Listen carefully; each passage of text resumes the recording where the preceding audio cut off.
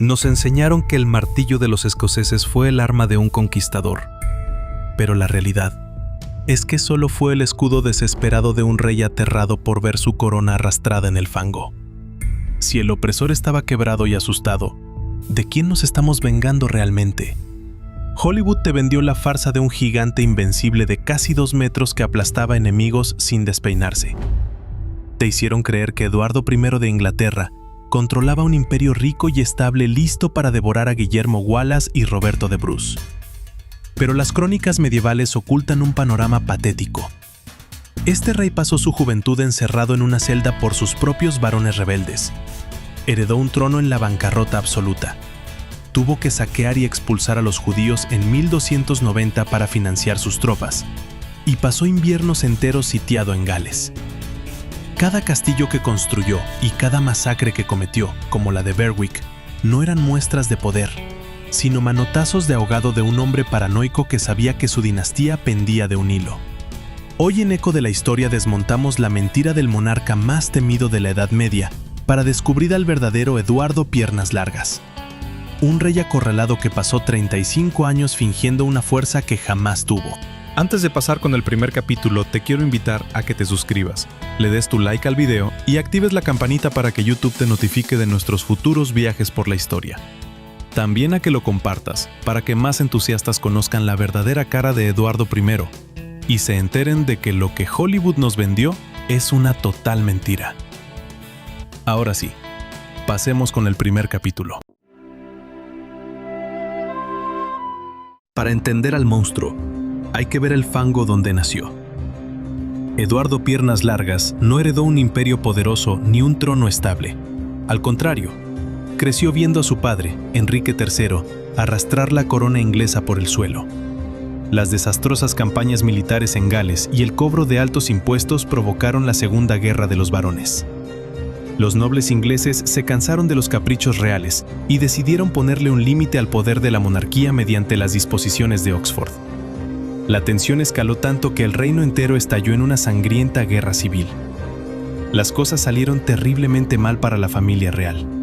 El 14 de mayo de 1264, tras sufrir una aplastante derrota en la batalla de Lewes, el propio rey Enrique III y el joven príncipe Eduardo fueron capturados y encerrados por el líder rebelde Simón de Montfort, quien pasó a gobernar Inglaterra en nombre del monarca cautivo. El futuro martillo de los escoceses pasó sus primeros años de madurez en una celda, despojado de su derecho de nacimiento y viendo cómo su dinastía casi desaparecía de la historia. Aunque Eduardo logró escapar ingeniosamente de su confinamiento en 1265, reunir un ejército de leales y asesinar a Montfort en la salvaje batalla de Evesham, el trauma ya estaba marcado a fuego en su mente. Cuando finalmente fue coronado en la abadía de Westminster en 1274, tras regresar de la Novena Cruzada, Eduardo no asumió el trono con la tranquilidad de un conquistador opulento. Lo hizo con la paranoia de un hombre que sabía perfectamente lo que se sentía estar atrapado y sin espada. Su obsesión con la violencia implacable no nació del orgullo, sino del pánico absoluto a volver a perderlo todo. Pero si la fuerza del rey más temido de Europa era solo una respuesta al terror de su juventud, la duda empieza a surgir. ¿De quién nos estamos vengando realmente? La humillación para la familia real no se detuvo ahí. Cuando Enrique III intentó repudiar estas leyes, el país entero se sumergió en la violencia de la Segunda Guerra de los Barones.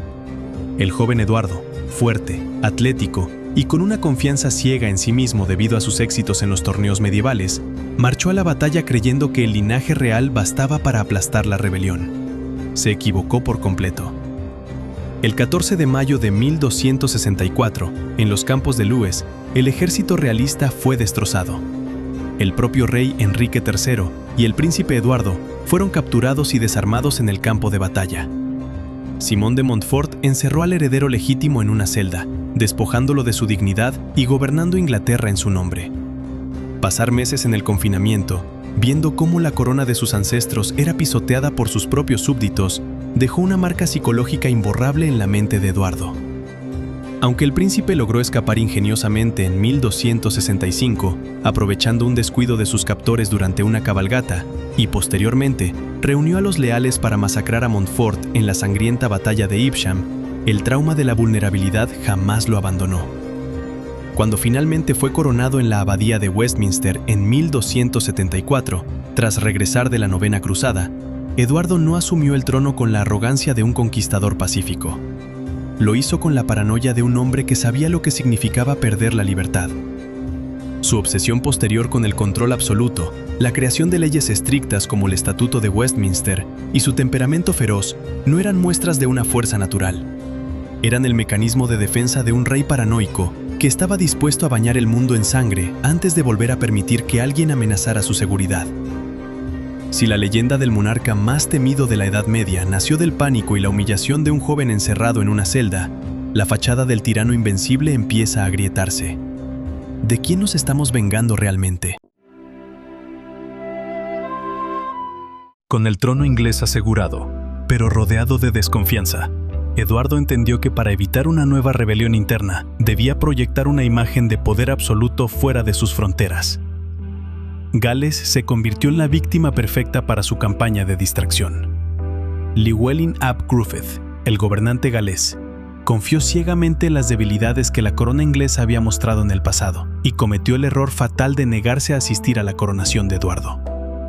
El nuevo rey inglés, necesitado de una victoria rápida para demostrarle a sus varones quién mandaba, movilizó una maquinaria bélica desproporcionada en 1276. Eduardo no solo buscaba la sumisión política, buscaba el terror psicológico. Cuando el hermano de Llywelyn, Dafydd, intentó levantar una nueva resistencia en 1282, la respuesta de Eduardo fue tan despiadada que conmocionó a las crónicas de la época. Dafydd fue capturado y ejecutado mediante un método atroz, diseñado específicamente para infundir pánico generalizado. Fue colgado, destripado y descuartizado públicamente, y su cabeza terminó clavada en una pica en la Torre de Londres. Para consolidar esta ocupación, Eduardo inició el proyecto arquitectónico militar más ambicioso y costoso de su era, ordenando la construcción de una red de fortalezas concéntricas colosales, que incluía los castillos de Carnarvon, Conwy y Harlech. Estas inmensas moles de piedra caliza no eran monumentos al orgullo arquitectónico, eran prisiones fortificadas edificadas intencionalmente sobre los centros de importancia cultural galesa, para aplastar el espíritu de la población originaria. Eduardo incluso obligó a su esposa, Leonor de Castilla, a dar a luz en el corazón administrativo de Carnarvon, para imponer a su hijo como el primer príncipe de Gales de sangre inglesa. Sin embargo, las campañas en Gales y el mantenimiento de las defensas en Gascuña frente a las ambiciones de Felipe IV de Francia vaciaron por completo el tesoro real. El gigante de casi 2 metros con armadura brillante se vio obligado a convocar el Parlamento de 1295, no por el deseo de democratizar su gobierno, sino para rogarle a los caballeros y burgueses ricos que aprobaran nuevos impuestos para salvar a sus tropas de la hambruna. Desesperado por conseguir fondos rápidos y presionado por las deudas con los prestamistas, Eduardo tomó una decisión atroz en 1287. Ordenó detener, saquear y expulsar felizmente a toda la comunidad judía de Inglaterra. Para 1290, más de 2.000 personas inocentes fueron despojadas de sus bienes raíces y desterradas del reino, solo para que el rey pudiera financiar sus murallas en Gales. Eduardo construía la ilusión de un imperio de piedra, pero la realidad era que gobernaba un estado asfixiado por las deudas y sostenido por la persecución económica. Si el gran conquistador de Gales no era más que un deudor desesperado mendigando monedas a su parlamento, la verdad detrás de su mito se vuelve cada vez más patética. ¿De quién nos estamos vengando realmente? Habiendo agotado los recursos de su propio pueblo para someter Gales, Eduardo dirigió su mirada hacia el norte, buscando una oportunidad para absorber el reino de Escocia sin gastar la poca fortuna que le quedaba. Su plan inicial era pacífico y puramente dinástico. Arregló el matrimonio de su hijo con la pequeña Margarita, la doncella de Noruega, heredera legítima del trono escocés. Pero el destino arruinó sus planes cuando la niña murió de una repentina enfermedad en las Islas Orcadas en 1290. Con Escocia sumergida en el caos y al borde de una guerra civil por la sucesión, los nobles escoceses cometieron el error histórico de pedirle a Eduardo que actuara como árbitro en la gran causa. El rey inglés vio la oportunidad perfecta para colocar a un títere en el trono del norte. En 1292 eligió a Juan Balliol, seleccionándolo deliberadamente por ser el candidato más débil, indeciso y fácil de manipular de todos los aspirantes. Sin embargo, Eduardo presionó tanto a Balliol exigiéndole tributos y soldados, que los propios nobles escoceses se rebelaron contra la debilidad de su rey. En 1295, Escocia firmó la alianza Old con Francia, un desafío directo que dejó a Eduardo en una posición geopolítica catastrófica, atrapado entre dos frentes y con las arcas vacías. La reacción del monarca inglés no fue la estrategia fría de un general brillante, sino un estallido de furia paranoica. Marchó en persona hacia la ciudad fronteriza de Berwick al mando de un ejército de 30.000 hombres y ordenó pasar a toda la población a la espada. Las crónicas medievales relatan que las tropas inglesas masacraron a más de 11.000 ciudadanos indefensos, tiñendo las calles de sangre. Fue en este escenario de brutalidad extrema donde Eduardo se autoproclamó el martillo de los escoceses. Forzó la abdicación de Balliol tras la batalla de Dunbar, y en un acto de pura humillación psicológica, robó la piedra de Scone, el símbolo sagrado de la monarquía escocesa, para colocarla debajo de su propia silla de coronación en Londres. Este es el momento cumbre, ya que el cine y la televisión nos han enseñado cómo la sumisión total de Escocia ante un imperio aplastante. Pero la realidad detrás de las cámaras de Hollywood es que la conquista fue una farsa insostenible. Eduardo nombró a 3 varones ingleses para gobernar el territorio ocupado, pero el odio generado por la masacre de Berwick transformó a Escocia en un avispero de guerrillas imposibles de controlar. Los impuestos abusivos que Eduardo impuso a los escoceses para intentar recuperar los fondos que había perdido en sus fallidas campañas en Francia solo avivaron el fuego de la rebelión. El supuesto martillo se dio cuenta de que golpear una nación con pura brutalidad no servía para someterla, sino para unificarla en su contra. Había gastado los últimos recursos de una Inglaterra exhausta en una ocupación que se desmoronaba cada vez que él daba la espalda. Si la gran invasión escocesa no fue la expansión natural de un reino poderoso, sino un acto de violencia ciega para ocultar que la corona inglesa no podía controlar sus fronteras, la leyenda del conquistador se desvanece. ¿De quién nos estamos vengando realmente? La última década del reinado de Eduardo I fue una dolorosa lección de frustración militar y decadencia física. El descontento generalizado de los escoceses encontró sus líderes en el estratega Andrés Moray y en un terrateniente local llamado William Wallace. En septiembre de 1297, las fuerzas rebeldes humillaron por completo al orgulloso ejército inglés en la batalla del puente de Stirling, demostrando que la caballería pesada de Eduardo no era invencible. El anciano monarca se vio obligado a movilizar una vez más a sus exhaustas tropas para frenar la insurrección en la batalla de Falkirk en 1298. Aunque sus arqueros lograron masacrar a miles de escoceses y eventualmente capturó a Wallace en 1305 para ejecutarlo con la crueldad habitual en Londres, la resistencia no murió con el líder rebelde. En 1306, Roberto de Bruce se coronó rey de Escocia, destruyendo en un solo día los 14 años de costosas campañas militares de Eduardo. Consumido por la rabia y viendo cómo el trabajo de su vida se deshacía, Eduardo organizó una última invasión en 1307. Pero el gigante medieval de casi 2 metros, el temible guerrero que había subyugado Gales y arrasado Berwick, ya no tenía fuerzas ni para sostener su propia espada. El 7 de julio de 1307, a los 68 años de edad, la muerte lo alcanzó en Bourg-by-Sands, una pequeña localidad pantanosa cerca de la frontera. El martillo de los escoceses no cayó con gloria en medio de una carga de caballería heroica. Murió de forma patética dentro de una tienda de campaña, consumido por los dolores de una severa disentería, defecando sangre en medio del barro.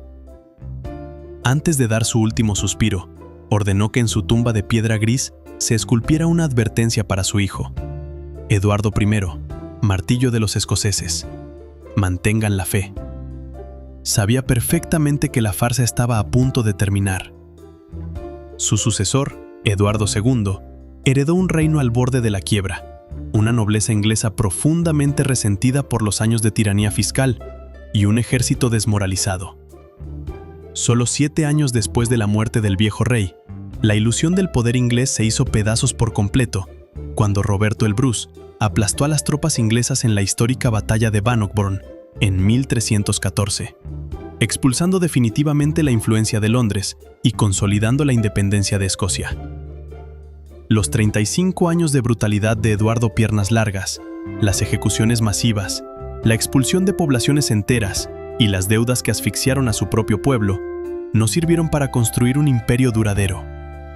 Solo fueron el intento frenético y paranoico de un monarca asustado que pasó toda su vida intentando ocultar que su trono estaba hecho de cenizas. Al final, cuando el mito de Hollywood se disuelve en el aire y contemplamos al gigante medieval morir solo y enfermo en el lodo de la frontera, la pregunta encuentra su respuesta más cruda. ¿De quién nos estamos vengando realmente?